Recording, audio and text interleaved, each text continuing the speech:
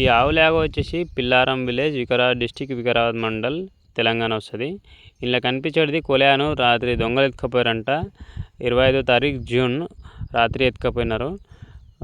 ఆ కొలాతోటి పాటు ఆ విలేజ్లో వేరే వాళ్ళు ఆవులు గిట్టంగా ఎత్తుకపోయారంట.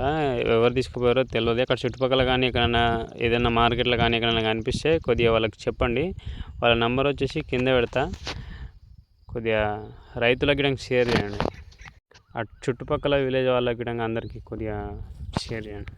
एक गाय बच्चा गुप गया है, किधर भी दिखे तो भैया का नंबर नीचे है, बोलो उनको.